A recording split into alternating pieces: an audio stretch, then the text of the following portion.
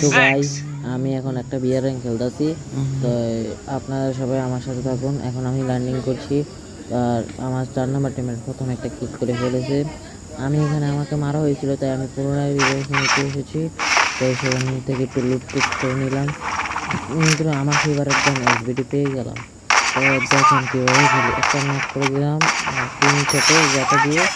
হ্যাঁ ঠিক আছে, এখন এখানে ম্যাক্স 7 দেখতে পাচ্ছি, ম্যাক্স 7 নিলাম, কিন্তু এখানে তো ম্যাক্স 7, তাই আমরা ইউএমপি নিয়ে নিই, কারণ আমি আবার ইউএমপিতে ক্যাপিটালের খেলি। এই ম্যাচে আপনারা বডি শট আর হেডশট দেখতে পাবেন।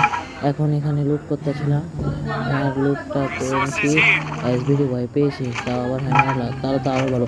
কিন্তু আমি খেয়াল করিনি এখানে আমার বাম সাইডে একটা প্লেয়ার, তখন আমি ঘোড়ায় উঠেছিলাম, তখন এখানে একটা গুলো লাগাইলাম, কিন্তু ওকে মারার সময় দেখেছি এরপর আরেকটা প্লেয়ার, তখন তাকে মারার জন্য আমার এমপিগুলো আর কি সুন্দর একটা আপনার দেখতে পাচ্ছেন। আর সামনে একটা প্লেয়ার, তখন এমপিকে গাটা দিয়ে গপ গপ দিয়ে দিলাম। এখন কি ওই যে ভিতরে ছাদে একটা প্লেয়ার নামছে, এখন আমি লঞ্চ প্যাড মারবো, লঞ্চ প্যাড মারে ওখানে চলে যাবো। লঞ্চ প্যাডটা ঠিক করলাম, তারপরে ছাদে চলে গেলাম। এখন দেখি ছাদেও সে নামে নেই, তার মানে সে নিচে নেমে এসে আমার ধারণা ভুল ছিল, তখন নিচে নামলাম আর দেখি সে নক, তার মানে উপরে একটা এনিমি আছে। তো এনিমিটাকে আমি এখন দেখবেন কীভাবে ওয়ান ট্যাপ মারি, যত সাথে এমপিটা খেয়ে দেবেন। এখন ওয়ান ট্যাপটা দেখবেন, জাস্ট ওয়াও, দেখছেন ওয়ান ট্যাপটা। এবার দেখেন আমি কিভাবে ভিতরে গিয়ে এনিমি স্কোয়াডটাকে ওয়াইপ আউট করে দিই।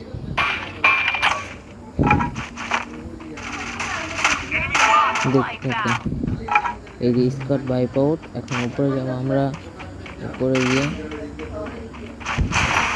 এখন আরেকটা এনিমি ভিতরে লুকিয়েছে, কিন্তু আমি জানতাম না, কিন্তু পরে জানতে পারি।